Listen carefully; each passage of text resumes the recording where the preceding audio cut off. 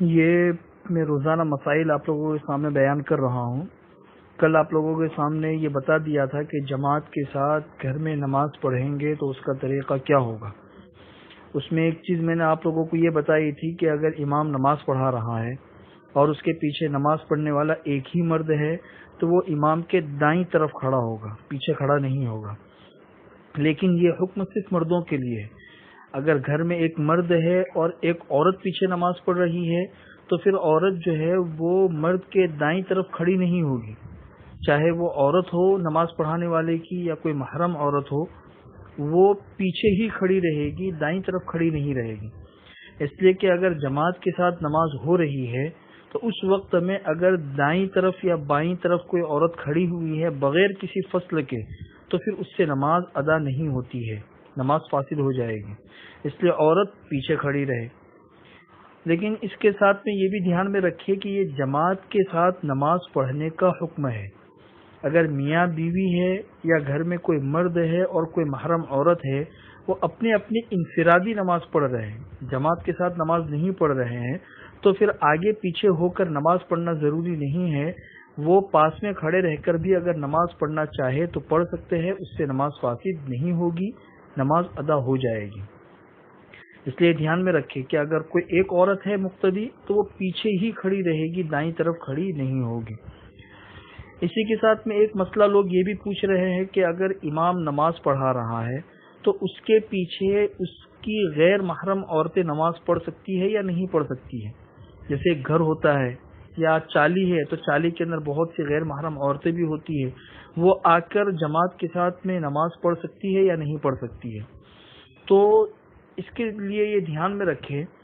کہ اگر ایک امام نماز پڑھا رہا ہے اور اس کے پیچھے مرد بھی ہے اور عورتیں بھی ہیں، تو ان عورتوں میں اگر غیر محرم عورتیں جی تو یعنی یہ تو گھروں کے اندر جس طریقے سے نماز پڑھتے ہیں اس کو سامنے رکھتے ہوئے بتا رہا ہوں، ورنہ چالی کے اندر اگر لوگ ہیں تو ہر ایک اپنے اپنے گھر میں نماز پڑھے، باقاعدہ جماعت کے اندر شریک ہونے کی ترتیب نہ بنائے۔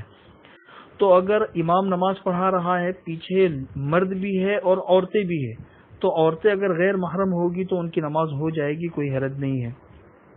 دوسری شکل یہ ہے کہ امام نماز پڑھا رہا ہے اور پیچھے صرف عورتیں نماز پڑھ رہی ہے، کوئی بھی مرد نہیں ہے، اور ان پیچھے نماز پڑھنے والی عورتوں میں امام کی محرم عورتیں بھی ہیں اور غیر محرم بھی ہیں، تو یہ صورت بھی درست ہے، سب کی نماز ہو جائے گی۔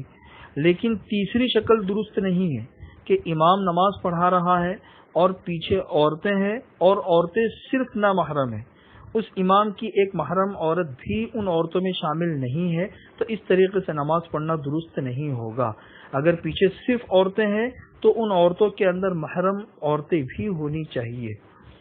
تیسرا مسئلہ یہ دھیان میں رکھیں کہ امامت کون کرائے۔ بہت سے لوگ یہ مسئلہ پوچھتے ہیں کہ بھئی ہمارے گھر میں حافظ ہے لیکن ابھی بالغ نہیں ہوا ہے، اس کے پیچھے ہم تراویح پڑھ سکتے ہیں کہ نہیں پڑھ سکتے ہیں۔ تو یہ دھیان میں رکھیے کہ بچہ بالغ ہوتا ہے 15 سال کی عمر میں، اور اگر 15 سال کی عمر سے پہلے علامات بلوغ میں سے کوئی علامت ظاہر ہو گئی ہے تو وہ بالغ ہو سکتا ہے۔ لہذا اگر کوئی علامات بلوغ ظاہر ہو گئی ہے 15 سال سے پہلے تو اس کے پیچھے نماز پڑھنا درست ہے، اور اگر کوئی بلوغ کی علامت ظاہر نہیں ہوئی ہے تو 15 سال سے پہلے وہ نماز نہیں پڑھا سکتا۔